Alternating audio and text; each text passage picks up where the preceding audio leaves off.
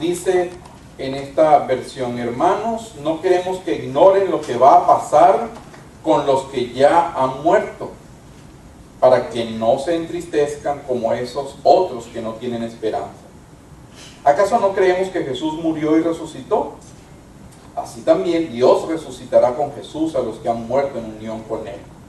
Conforme a lo dicho por el Señor, afirmamos que nosotros, los que estemos vivos y hayamos quedado hasta la venida del Señor, de ninguna manera nos adelantaremos a los que hayan muerto. El Señor mismo descenderá del cielo con voz de mando, con voz de arcángel y con trompeta de Dios. Y los muertos en Cristo resucitarán primero. Luego los que estemos vivos, los que hayamos quedado, seremos arrebatados junto con ellos en las nubes para encontrarnos con el Señor en el aire. Y así estaremos con el Señor para siempre. Por lo tanto, anímense unos a otros con estas palabras. Son palabras de ánimo. Son palabras especiales para animar a la gente. En esta iglesia en Tesalónica había cierta preocupación de parte de algunos acerca de lo que iba a pasar con aquellos que ya habían muerto y Jesús no había llegado. Usted recuerda que al principio pues todos pensaban que era cuestión de días que el Señor se fue y el Señor iba a regresar de inmediato. Y pensaban que era así rápido. Pero a medida que fue pasando el tiempo, pues se fueron dando cuenta que no era así. Y ya más o menos por el año 51, 53 después de Cristo, se escribe esta carta. Es decir, que habían pasado ya algunos años, unos 20 años quizás, desde la partida del Señor Jesucristo. Y Él había dicho que iba a regresar. Así que esta gente está pensando, bueno, ¿y qué de aquellos que murieron y no vieron la venida del Señor? ¿Qué de aquellos que ya han muerto? Pablo aquí afirma de manera muy enfática que Dios va a resucitar con Jesús a los que murieron creyendo en Jesús. Es lo que Pablo les dice aquí con toda propiedad. Es el punto central. Dice, no se preocupen que los que han muerto en el Señor van a resucitar. ¿Y a quién no le interesa escuchar esto si todos nosotros tenemos familiares que han partido con el Señor, cierto? Y si no lo han hecho, pues puede que estén a punto. Así que a todos nos interesa escuchar de esto. En esta porción vamos a ver las razones que Pablo tenía para hablar de estas cosas. Vamos a ver la base para afirmar que nuestra esperanza es firme y también la explicación de cómo va a suceder esto de la resurrección de los muertos. Y finalmente un consejo que Pablo nos deja a nosotros en este tiempo. Así que lo primero que vemos allí es las razones para hablar de este tema. Las razones que Pablo tenía para hablar de este tema y las razones que nosotros tenemos para escuchar o pensar en este tema. Dice el versículo 13, ahí que ya leímos en el capítulo 14, no queremos que ignoren. La primera razón por la cual Pablo habla de esto es para que no ignoraran los hermanos de aquella iglesia en Tesalónica acerca de estas cosas. La ignorancia acerca de las realidades espirituales es muy peligrosa. Desconocer las cosas tal como son muy peligrosas y son nocivas para la salud del creyente en Jesucristo. Es tanto que pues durante un tiempo la iglesia a la cual casi todos nosotros pertenecimos en algún momento no nos dejaba leer la Biblia. Se decía que si alguien leía la Biblia se iba a volver loco. No sé si ustedes llegaron a escuchar eso en su pueblo, pero decíamos, un mortal de esos normalitos no puede leer la Biblia porque se vuelve loco. Eso es para el señor cura, eso es para los obispos, para otras personas, pero usted y yo no podemos leer la Biblia. Eso se decía. Y la gente estaba sumida en una ignorancia porque todo dependía de lo que aparecía, el evangelio que aparecía en la hojita que nos daban. Y además, pues, lo que decían estaba en latín. Por ahí hasta principios de los 60 la cosa estaba en latín. Así que no se podía entender exactamente lo que la Biblia decía. Y pues habían versículos famosos como ayúdate que yo te ayudaré, ¿verdad? Y cosas así que pues no estaban en la Biblia, pero que uno ni sabía, ni se enteraba porque no podía leer la Biblia. Después de los 60, después del Segundo Concilio Vaticano, eso cambió porque la iglesia dijo, la gente tiene que leer la Biblia, y gracias a Dios por eso. Porque se dijo, la gente necesita leer la Biblia. ¿Por qué? Porque la ignorancia pues hacía que la gente hiciera cosas que no estaban bien, ni con la iglesia, y mucho menos con Dios. En este caso, los hermanos estaban preocupados por los que habían muerto y podían empezar a hacer cosas a favor de los muertos. De hecho, dice la Escritura en la carta a los Corintios que había gente que se estaba bautizando por los muertos. Hoy en día los mormones se bautizan por los muertos. Si se le murió un familiar que no había sido bautizado, pues ellos se bautizan por el muerto, con el propósito de como ganar algo para que aquella persona no se pierda. Y es que la ignorancia sigue ocupando un lugar importante hoy y haciendo que mucha gente se equivoque porque no escudriña la Escritura. Recuerda que el Señor Jesús dijo, escudriñad las Escrituras porque en ellas os parece que tenéis la vida eterna. Y es que es necesario. Imagínese que usted está en una situación donde se va a un lugar donde no tiene noticias de su familia, donde no tiene manera de comunicarse, donde un mundo impensable, pues un mundo sin Facebook. Imagínese usted un mundo sin Facebook. Eso es impensable, ¿verdad? Un mundo sin correo electrónico, sin esas cosas, sin el texto para enviarlo por teléfono. Eso sería algo catastrófico, la gente moriría de desesperación, ¿verdad? Imagínese que usted se encuentra en una condición de eso. Pero el ser más querido por usted le escribe, y le escribe una carta cada semana. Y usted va guardando las cartas y pues no las abre, sino que las va guardando y las va guardando y las va guardando. Y al final pues está orgulloso de que tantas cartas de su ser querido, de su familiar, pero usted nunca lee las cartas. De vez en cuando desempolva una y ve el sobre y qué bonito, hasta perfumado viene, huele a él o a ella, pero ahí no más para verlo. Pues algo parecido es el tratamiento que algunos cristianos le dan a la Escritura, porque es la carta de quien más nos quiere, de la persona que más nos ama, y nos dice las cosas que quiere y espera de nosotros y las cosas que quiere darnos a nosotros, pero nosotros no abrimos sus cartas.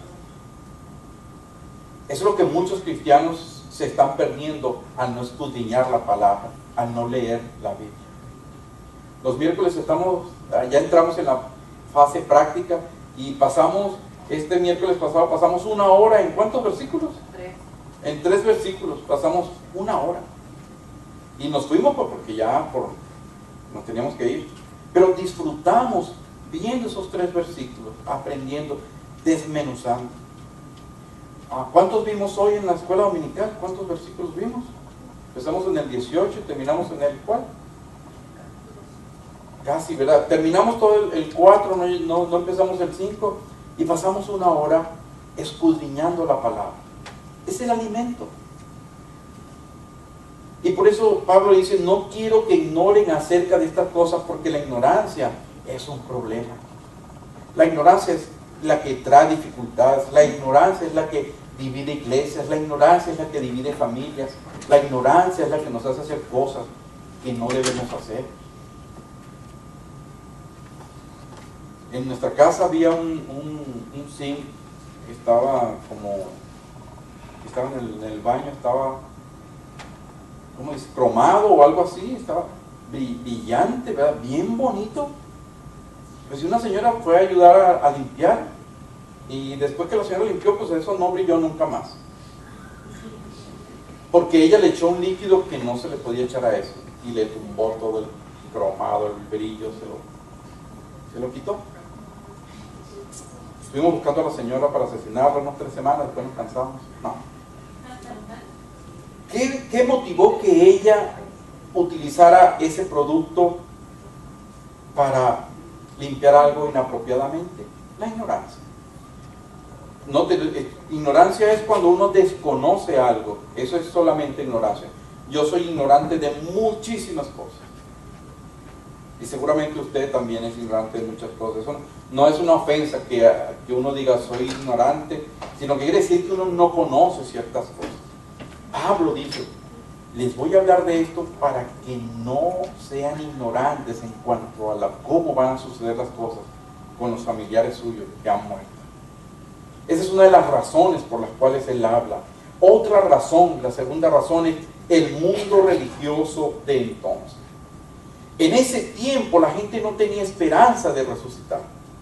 En ese tiempo, cuando Pablo le escribe a los hermanos en Tesalónica, algunos pensaban, unos que se llamaban los estoicos, ellos pensaban que el alma de una persona cuando moría era absorbida por algo así como caliente, como una roca líquida, y se absorbía, y la deidad pues se fusionaba en uno con el alma de la persona.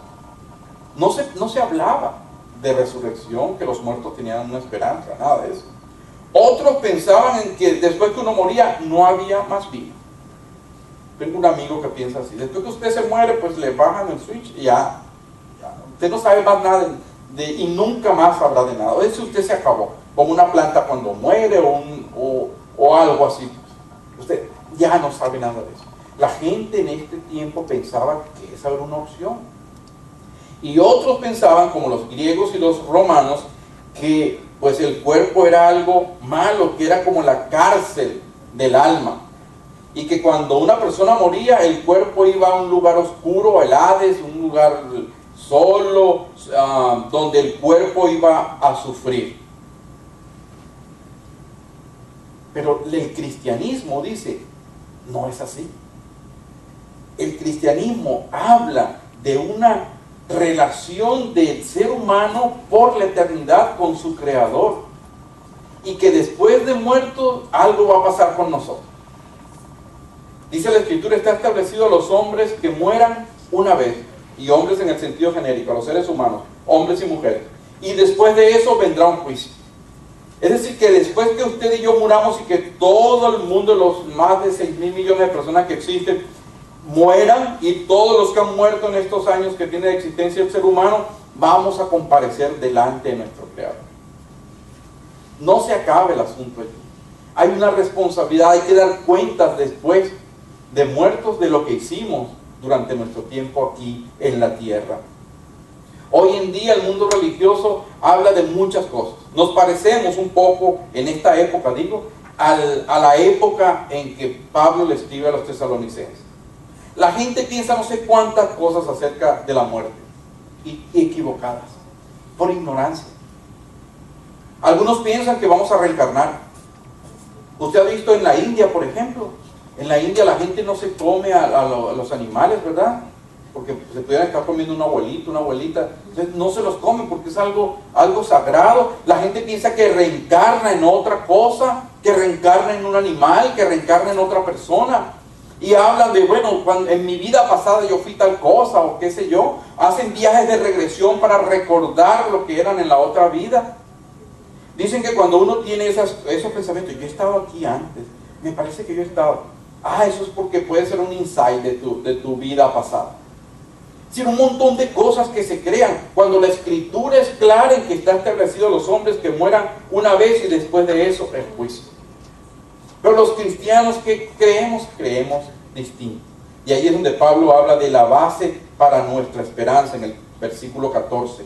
Dice, porque si creemos que Jesús murió y resucitó, de la misma manera Dios traerá por medio de Jesús y con él a los que han dormido. El fundamento para que Pablo dijera eso que mencionó en el versículo 14 es que Cristo ha resucitado. Cristo murió, ciertamente murió. Debemos creer que Cristo murió porque alguien debía morir por nosotros. No fue un estado cataléptico, no fue que Él se quedó así como sin respirar y después lo resucitaron, lo revivió porque le llegó aire. Es que Él realmente murió. Y murió por usted y murió por mí. Él murió por nosotros. Pero no se quedó en la muerte. La tumba no le pudo contener. Y Dios lo resucitó de entre los muertos. Allí está la base para nuestra esperanza. En que Él ha resucitado. Dijo Pablo también en 1 Corintios capítulo 15, que si Cristo no resucitó, vana es nuestra fe, vana es nuestra esperanza. Dice Pablo, capítulo 15 de 1 Corintios, porque yo recibí del Señor, porque en primer lugar os he enseñado lo que también recibí, que Cristo murió por nuestros pecados conforme a la Escritura, versículo 3 del capítulo 15 de 1 Corintios. Él murió, fue sepultado, resucitó el tercer día conforme a las Escrituras, se apareció a mucha gente. Hay evidencia histórica de que Él se levantó. Dice el versículo 12, ahora bien, del capítulo 15 de 1 Corintios, si Cristo es predicado como que ha resucitado entre los muertos, ¿cómo es que algunos entre vosotros dicen que no hay resurrección de los muertos? Porque si no hay resurrección de muertos, tampoco Cristo ha resucitado. Y si Cristo no ha resucitado, vana es nuestra predicación, vana es también nuestra fe. Así que lo básico, lo elemental, lo fundamental para nosotros es estar convencidos, completamente seguros de que Jesús resucitó de entre los muertos. ¿Usted cree eso? Yo también. Y gloria a Dios porque la muerte no pudo contener a nuestro Dios eterno. Tomó forma humana, vino, murió por nosotros, pero se levantó. Dios le levantó de entre los muertos. Esa es nuestra esperanza. Así mismo como Él resucitó de entre los muertos a Jesús, así mismo va a resucitar a los que han creído en Él. Dice la Escritura que si nosotros creemos que Jesús murió y que Él se levantó tomando otra vez su cuerpo y un cuerpo glorificado, entonces debemos creer que exactamente lo mismo pasará con nosotros o con aquellos que hayan muerto en Él. Vendrán, tomarán sus cuerpos glorificados y subirán al cielo, ahora con un cuerpo glorificado. Eso es interesante. Jesús no fue un espíritu después de resucitado que atravesaba paredes porque no tenía un cuerpo. Es que su cuerpo era distinto. Cuando fueron a la tumba no encontraron el cuerpo allí. No había cuerpo. No había nada, solo los lienzos. Y el ángel le dijo, no está aquí, ha resucitado. Se levantó con un nuevo cuerpo, con un cuerpo glorificado. Alguien preguntaba, ¿y nos vamos a conocer allá en el cielo? Pues la Biblia parece que dice que sí, ¿verdad?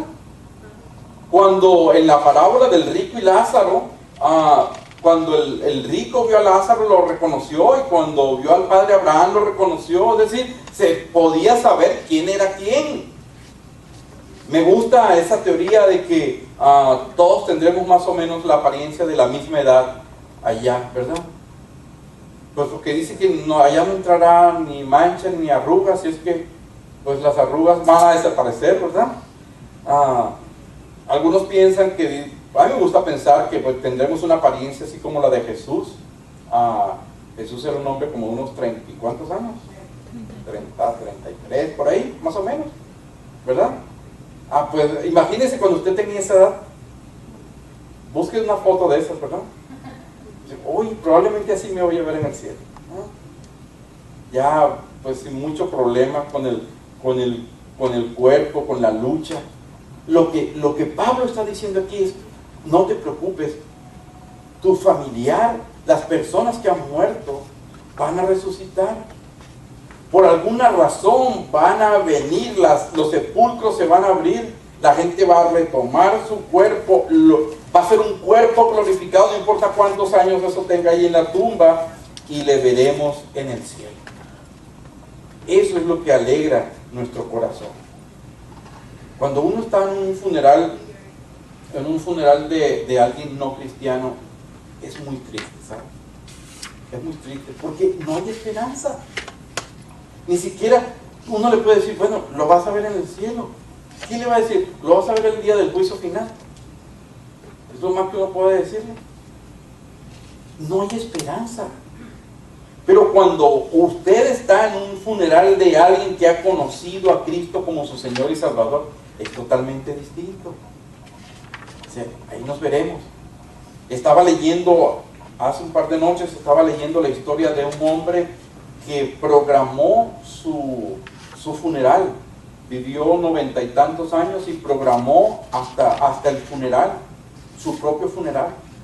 Los cantos que iban a entonar, las lecturas bíblicas, a las personas que iban a hablar, de qué lado se iba a sentar su familia. Todo lo programó. Y como parte del funeral, del servicio, en un momento pusieron un video del hermano. Y el hermano le habló a la gente y dijo, pues obviamente, si les estoy hablando por este video, porque ya me fui con el Señor. Y su pasión era compartir el Evangelio, así es que utilizó el tiempo para hablar de Cristo a la gente que estaba allí que no conocía a Cristo. Y como había determinado de qué parte del auditorio se iba a sentar su familia, en el video movía la cabeza hacia su familia para dedicar unas palabras a su familia. Qué cosa tan interesante, ¿verdad? Qué bien, me gustaría hacer algo así.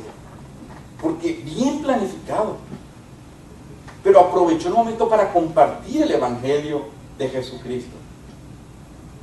Y les digo, pues esto es simplemente un hasta luego. Muy pronto nos veremos allá. Y es la esperanza de todos nosotros cuando perdemos un familiar que ha conocido a Cristo como su Señor y Salvador. Pero ¿sabe qué es triste? Cuando alguien ha perdido a una persona y no está seguro si en el cielo habrá una entrevista entre esas dos personas. La base para nuestra esperanza es que Cristo resucitó. No importa lo que otros digan, lo que la Biblia dice es que si Cristo resucitó, nosotros vamos a resucitar con Él. Ahora, en tercer lugar, Pablo explica en los versículos 15 hasta el 17 la forma como esto va a suceder.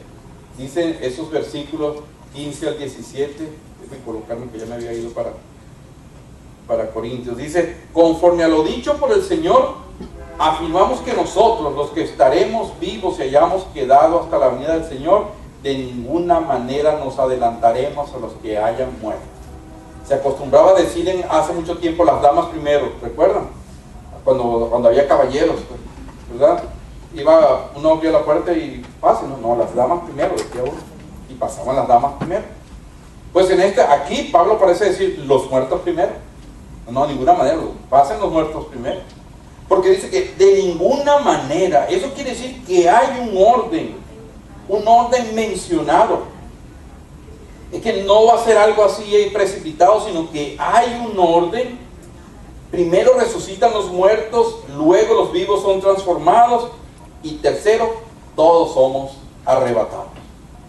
Primero los muertos resucitados, luego los vivos transformados y finalmente todos arrebatados.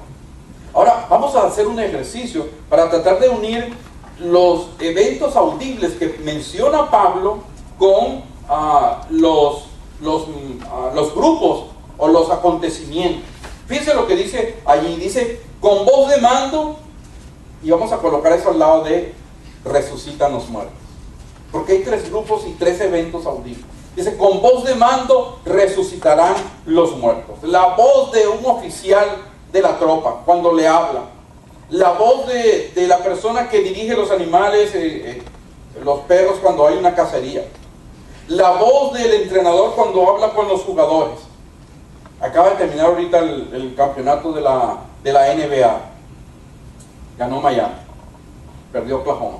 Jugaron muy mal los de Oklahoma. Pero usted podía ver a los entrenadores hablando y los puede ver corriendo de un lado de la cancha y le da instrucciones a uno, y un jugador está allá viendo para acá y le hace seña y grita y habla y se desesperan. Es la voz del entrenador. Y si usted va a un juego de esos, es increíble, porque usted puede oír tanta gente, tanta bulla, tanta gente gritando y hablando, pero los jugadores reconocen la voz de su entrenador. Y en medio del juego, el entrenador puede decirle a alguien que se mueva a otro lugar, que bloquee a otro jugador del equipo contrario, y esos jugadores están pendientes, están escuchando su voz.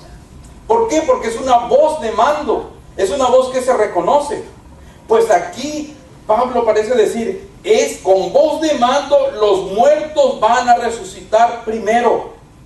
Es como que si el Señor le dijera en ese momento a la gente, levántense y anden, tal como le dijo a Lázaro.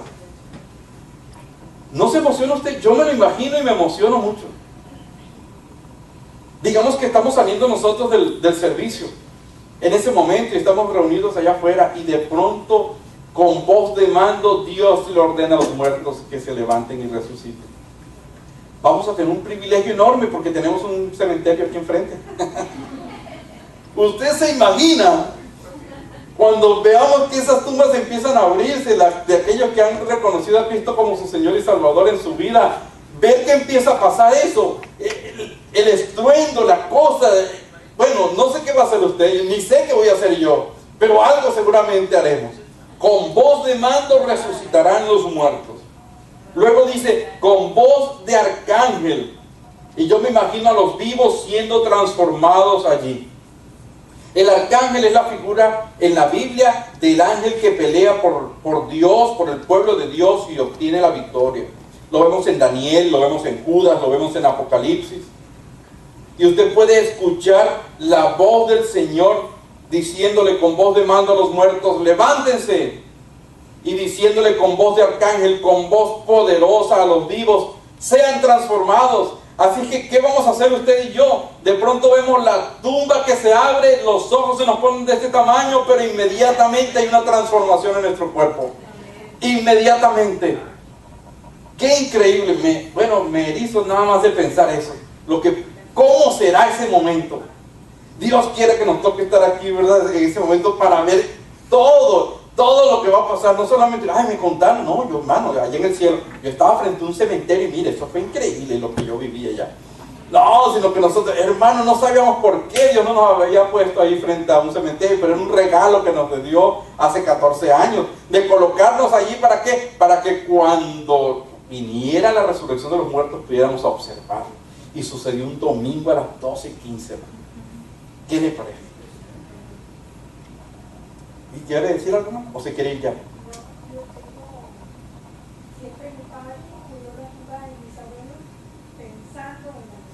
Hoy, fíjese, wow, qué increíble, ¿verdad? Y todavía uno trata de cuidar esas tumbas, aunque supuestamente los cristianos ya no quieren, no pueden ni llevarle flores porque ya no las necesitan. Pero uno tiene que cuidar las tumbas de nuestros muertos, porque es la esperanza de Jesús. Fíjese, qué curioso, yo tengo un familiar en México, vive en México hace 51 años, ese familiar. Así que sí tengo familia en México yo. ¿Qué le parece? En Ciudad de México. Sí. Está enterrada ahí, se murió allí. Fue para que lo operaran y se murió en la operación. Así que ahí vive hace 51 años. Y ayer o antier, un primo fue, buscó la tumba, la encontró, le llevó flores y se tomó una fotografía, y todos nos hemos alegrado porque eso sucedió cuando éramos niños, la mayoría de los primos, así que jamás habíamos visto una tumba ni pensábamos que existiera la tumba allí, pero ahí está la tumba. Ahora, el día en que el Señor venga, esa tumba se va a abrir.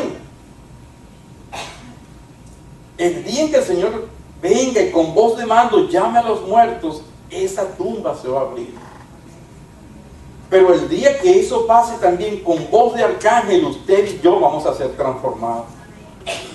Milagrosamente, divinamente, espectacularmente. Y dice, y con trompeta de Dios seremos arrebatados. ¿Sabe por qué la trompeta? Porque en la Escritura las trompetas son símbolo de liberación. El Señor pudo haber dicho, perdón, con una sirena, el Señor pudo haber dicho con unos tambores, el Señor pudo haber dicho con cualquier otra cosa, pero dijo con trompeta de Dios, porque las trompetas son el símbolo de la liberación. Libre de las ataduras, libre de las circunstancias, libre de los problemas, libre de las enfermedades, libre de la diabetes, Lulu, libre de los dolores en la pierna, esposa, libre de todas las angustias que nos puedan dar, libre de los problemas con los pies, hermana Elsa, libre de toda situación difícil. Por eso es una trompeta, porque es el símbolo de la liberación. Y el Señor descenderá y nosotros nos encontraremos con Él en el aire, y allí no habrá más llanto, ni más tristeza, ni más dolor. Qué bendición saber que esto es para nosotros, que es nuestra esperanza. Nosotros debemos afinar nuestros oídos espirituales para escuchar estos sonidos en caso de que ocurran estos días. Todos los escatólogos dicen que la venida del Señor está muy cerca. La Escritura muestra las profecías ya cumplidas, faltan muy pocas cosas por cumplirse. Estamos en